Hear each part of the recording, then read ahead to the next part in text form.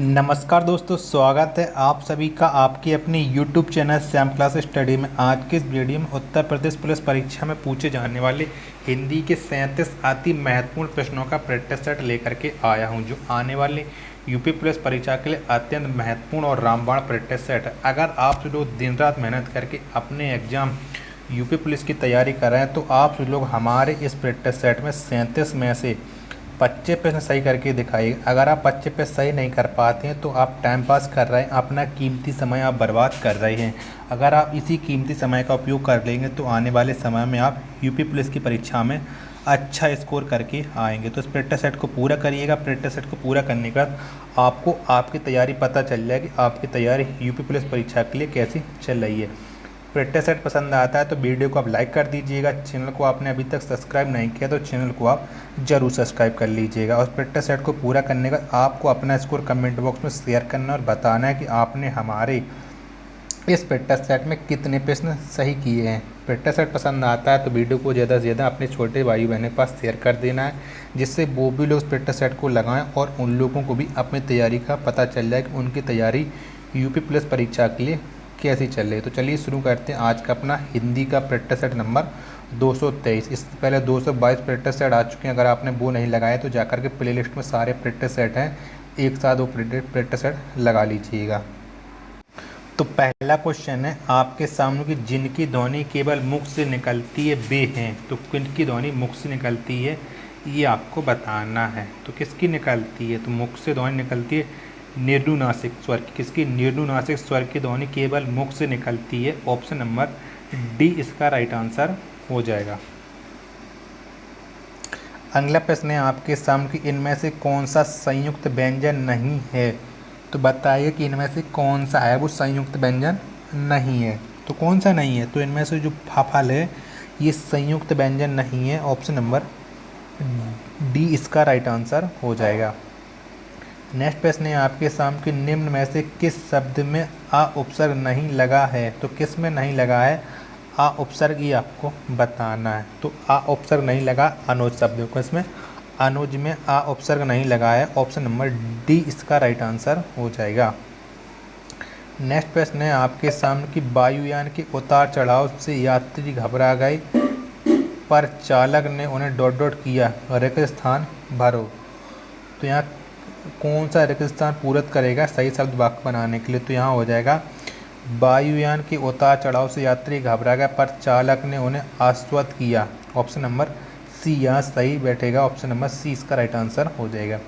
निम्न में विष्णु प्रभाकर द्वारा रचित नाटक कौन सा है? तो इनमें से विष्णु प्रभाकर के द्वारा कौन सा नाटक की रचा गया? तो ये नाटक रचा है युगे युगे क्रांति, ये विष्णु प्रभाकर के द्वारा रचित नाटक है। ऑप्शन नंबर ए इसका राइट आंसर हो जाएगा।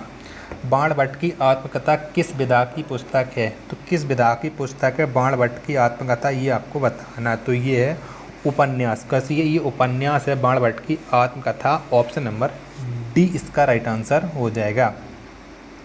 नेक्स्ट प्रश्न है आपके सामने कि कुंद इंदु समदेहे उमा रमा अरुण अयन जाहि दीन पर नेह करहूँ कृपा मर्दन मयन। प्रस्तुत पंक्तियों में कौन सा छंद है? तो इसमें कौन सा छंद है ये आपको बताना है। तो इसमें आप मात्रा लगा लीजिएगा, उसके बाद आपको मिलान कर लेना है कि किसका वो है ये बताना है। तो इसमें इसमें 11 और 13 मात्रा आएंगी। इस वाले में 11 मात्रा आएंगी, इस वाले में 13 आएंगी। तो 11 और 13 मात्राएँ किस में होती हैं? तो आपको पता होना चाहिए 11 और 13 मात्राएँ होती हैं सोरठा में। किस में? सोरठा में होती हैं। तो ऑप्शन नंबर सी इसका राइट आंसर हो जाएगा।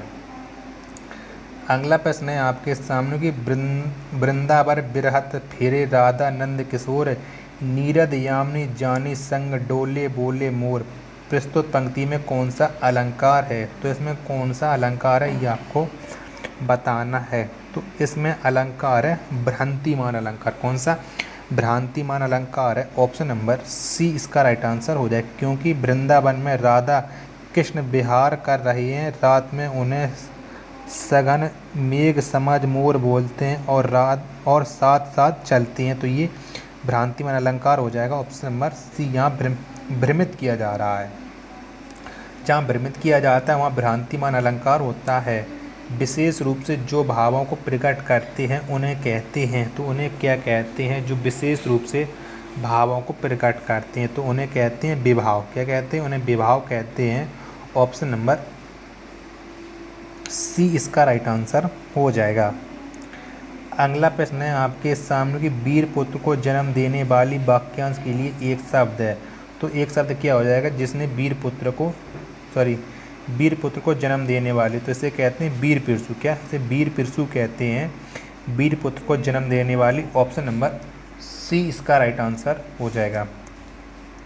अगला प्रश्न है आपके सामने कि उत्तर प्रदेश में सबसे कम तथा सबसे ज़्यादा लोगों द्वारा बोली जाने वाली भाषा की प्रथम पहचान करें। तो इनमें से उत्तर प्रदेश में कौन सी बोली है जो सबसे कम बोली जाती है और सबसे ज़्यादा बोली जाने वाली भाषा, वो आपको बताना है। तो ये है बघेली और अवधी। बघेली कम बोली जाती है जबकि अवधी ज़्यादा बोली जाती है। ऑप्शन नंबर ए इसका राइट आंसर हो जाएगा। निम्न में शुद्ध वाक्य है, बताइएगा कि इनमें से कौन सा वाक्य है जो शुद्ध है। पढ़ लीजिएगा चारों विकल्प और उसके बाद आपको आंसर बताना है। तो इनमें से शुद्ध वाक्य हो जाएगा तुलसी की कविता में मधुर्यता है। ऑप्शन नंबर ए इसका राइट आंसर हो जाएगा। अगला प्रश्न है आपके सामने कि चरम शब्द का समभिन्नार्थक क्या है, तो कौन सा है चरम शब्द का समभिन्नार्थक? तो इसका समभिन्नार्थक हो जाएगा चरम। कौन सा? चरम। ऑप्शन नंबर ए इसका राइट आंसर हो जाएगा। अगला आपके सामने कि नायिका उग्रीव रहकर दिन भर नायक की प्रतीक्षा करती रही, रेखांकित शब्द की सही वर्तनी बताओ। यहाँ वर्तनी आपको सही बताना इसकी, मैंने जो नीचे डैश लगा दिया, रेखांकित कर दिया, तो आपकी इसको वर्तनी बताना है। तो इसकी शुद्ध वर्तनी कौन सी हो जाएगी? तो इसकी शुद्ध वर्तनी हो जाएगी उद्ग्रीव। ऑप्शन नंबर बी इसका राइट आंसर हो जाएगा। नेक्स्ट है आपकी निम्न में काटना का तत्सम शब्द है, तो बताइएगा कि इसमें काटना का तत्सम शब्द कौन सा हो जाएगा? तो इसमें काटना का तत्सम शब्द हो जाएगा कर्तन। क्या? कर्तन इसका तत्सम शब्द है। ऑप्शन नंबर सी इसका राइट आंसर हो जाएगा। अगला प्रश्न है आपके सामने कि निम्न में से कौन सा विलोम युग्म त्रुटिपूर्ण है। आपने बताना है कि इनमें से कौन सा वो विलोम शब्द है जो गलत है। तो कौन सा गलत है देख लीजिएगा, और आप पढ़ चुके होंगे कि कौन सा विलोम शब्द गलत है। तो आमिष का विलोम शब्द सामिष नहीं होता है, निरामिष होता है। तो ऑप्शन नंबर ए ही इसका रॉन्ग आंसर हो जाएगा। अगला प्रश्न है आपके सामने कि यथाशीघ्र शब्द का समास क्या होगा। तो यथाशीघ्र में कौन सा समास होता है ये आपको बताना है। तो यथाशीघ्र शब्द में समास होता है अव्ययीभाव समास। कौन सा? अव्ययीभाव समास। ऑप्शन नंबर ए इसका राइट आंसर हो जाएगा। नेक्स्ट प्रश्न है आपके सामने कि निम्न में किस काव्य की कवि हरिऔध हैं। आपको बताना है कि कौन सी रचना है जो हरिऔध ने की है। तो कौन सी रचना की? तो हरिऔध ने की है प्रिय प्रवास। कौन सा? प्रिय प्रवास, ये हरिऔध की रचना है। ऑप्शन नंबर ए इसका राइट आंसर हो जाएगा। जबकि साकेत को मैथिली शरण गुप्त ने लिखा है, कामायनी को जयशंकर प्रसाद ने, और लोकायतन को लिखा है सुमित्रा नंदन पंत ने। भारत मित्र अखबार के संपादक कौन थे? तो कौन है भारत मित्र अखबार के संपादक? तो इसके संपादक हैं बाल मुकुंद। कौन है? बाल मुकुंद इसके संपादक हैं भारत मित्र अखबार के। ऑप्शन नंबर सी इसका राइट आंसर हो जाएगा। नेक्स्ट प्रश्न है आपके सामने कि वियोग हरि जी का पूर्ण नाम क्या था। तो क्या था वियोग हरि जी का पूर्ण नाम, ये आपको बताना है। तो वियोग हरि जी का पूर्ण नाम है श्री हरिप्रसाद द्विवेदी। क्या? श्री हरिप्रसाद द्विवेदी, ये वियोग हरि जी का पूर्ण नाम है। ऑप्शन नंबर सी इसका राइट आंसर हो जाएगा। नेक्स्ट प्रश्न है आपके सामने कि आचार्य महावीर प्रसाद द्विवेदी निम्न में से किस पत्रिका के संपादक थे। तो कौन सी पत्रिका के संपादक थे आचार्य महावीर प्रसाद द्विवेदी? तो ये संपादक थे सरस्वती पत्रिका। किसके? सरस्वती पत्रिका के ये संपादक थे। ऑप्शन नंबर सी इसका राइट आंसर हो जाएगा। किस रस का संचारी व उग्रता गर्व हर्ष आदि है। तो किसका है? किस रस का संचारी व उग्रता गर्व हर्ष आदि है। तो ये है वीर रस का। किसका? ये वीर रस का है। ऑप्शन नंबर बी इसका राइट आंसर हो जाएगा। चौपाई के प्रत्येक चरण में मात्राएं होती हैं, तो कितनी होती हैं चौपाई के प्रत्येक चरण में मात्रा ये आपको बताना है। तो चौपाई के प्रत्येक चरण में मात्राएं होती हैं 16। कितने? 16 होती हैं चौपाई के प्रत्येक चरण में। ऑप्शन नंबर सी इसका राइट आंसर हो जाएगा। नेक्स्ट प्रश्न है आपके सामने कि बिहारी निम्न में से किस काल के कवि हैं? तो किस काल के कवि हैं बिहारी, ये आपको बताना है। तो बिहारी हैं रीति काल के कवि। किसके? ये रीति काल के कवि हैं बिहारी। ऑप्शन नंबर सी इसका राइट आंसर हो जाएगा। नेक्स्ट प्रश्न है आपके सामने की भाषा की सार्थक लघुत्तम इकाई है, तो कौन सी है भाषा की सार्थक लघुत्तम इकाई? तो ये है ध्वनि। कौन सी? ध्वनि भाषा की सार्थक लघुत्तम इकाई है। ऑप्शन नंबर सी इसका राइट आंसर हो जाएगा। पूर्ण विराम का प्रयोग किया जाता है, तो कहाँ प्रयोग किया जाता है पूर्ण विराम का प्रयोग, ये आपको बताना है। तो पूर्ण विराम का प्रयोग होता है वाक्य के अंत में। कहाँ? वाक्य के अंत में पूर्ण विराम का प्रयोग होता है। ऑप्शन नंबर बी इसका राइट आंसर हो जाएगा। लालटेन शब्द निम्न वर्ग में से किस वर्ग में आता है? तो किस वर्ग में आता है लालटेन, ये आपको बताना है। तो लालटेन शब्द आता है विदेशज में। किस में? ये विदेशज में आता है। ऑप्शन नंबर डी इसका राइट आंसर हो जाएगा। निजवाचक सर्वनाम के संबंधवाची रूप के एक वचन की पहचान करें। तो बताइए कि निजवाचक सर्वनाम के संबंधवाची रूप में एक वचन की पहचान, तो कौन सा हो जाएगा? तो इसमें एक वचन हो जाएगा अपना। अपना ये निजवाचक सर्वनाम के संबंधी वाची रूप है। ऑप्शन नंबर सी इसका राइट आंसर हो जाएगा। अर्चना अत्यंत सुंदर है में कौन सा शब्द विशेषण है? तो इन्हें बताइए कि इनमें से कौन सा शब्द है जो विशेषता बता रहा है? तो इसमें विशेषण शब्द है सुंदर। कौन सा? सुंदर है। ऑप्शन नंबर सी इसका राइट आंसर हो जाएगा।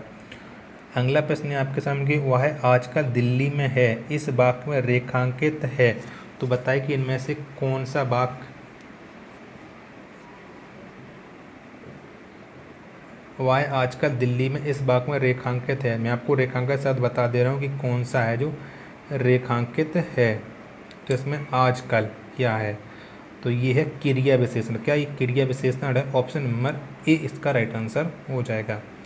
वीर पुरुष में कौन सा समान है? तो कौन सा समास है वीर पुरुष में? तो वीर पुरुष में समान है। वीर है जो पुत्र, उसे कहते हैं तत्पुरुष समान। वीर पुरुष है जो पुत्र, वीर पुरुष हो जाएगा। और वीर पुरुष में हो जाएगा तत्पुरुष समास। ऑप्शन नंबर बी इसका राइट आंसर हो जाएगा। अगला आपके सामने त्रिदश किसका पर्यायवाची है? तो किसका पर्यायवाची है त्रिदश, ये आपको बताना है। तो त्रिदश पर्यायवाची है देवता। किसका? देवता का ये पर्यायवाची है। ऑप्शन नंबर ए इसका राइट आंसर हो जाएगा। निम्न में कौन सा शब्द शुद्ध है? तो बताइए कि इनमें से किसकी वर्तनी शुद्ध लिखी गई है। दो ऑप्शन आपके सामने नीचे शो होंगे। तो किसकी वर्तनी शुद्ध? दो ऑप्शन दे चुके होंगे, दो ऑप्शन इस पर देखें। तो अव्यार्थन। किसका? अव्यार्थन। ऑप्शन नंबर बी में लिखा है ये शुद्ध वर्तनी नहीं है। मैं गलत पढ़ रहा हूँ, ये शुद्ध वर्तनी नहीं लिखी है, वर्तनी शुद्ध लिखी अव्यार्थन। क्या में ना पे डंडा होना चाहिए था बड़ा का, तो ये सही हो जाता, जबकि इसमें डंडा नहीं है, तो ये गलत है। तो ऑप्शन नंबर सी इसका राइट आंसर हो जाएगा। किस भाव की परिपक्व अवस्था को रस कहा जाता है? तो किस भाव की परिपक्व अवस्था को रस कहा जाता है? तो ये कहा जाता है स्थायी भाव की परिपक्व अवस्था को रस। ऑप्शन नंबर डी इसका राइट आंसर हो जाएगा। तो अब आप बताइए कि आपने हमारे इस प्रैक्टिस सेट में कितने प्रश्न सही किए हैं और आपको ये प्रैक्टिस सेट कैसा लगा। प्रैक्टिस सेट पसंद आया हो तो वीडियो को आप लाइक कर दीजिएगा। चैनल को आपने अभी तक सब्सक्राइब नहीं किया तो चैनल को आप जरूर सब्सक्राइब कर लीजिएगा। मिलते हैं पर नेक्स्ट प्रैक्टिस सेट में, तब तक के लिए धन्यवाद। जय हिंद प्यारे साथी।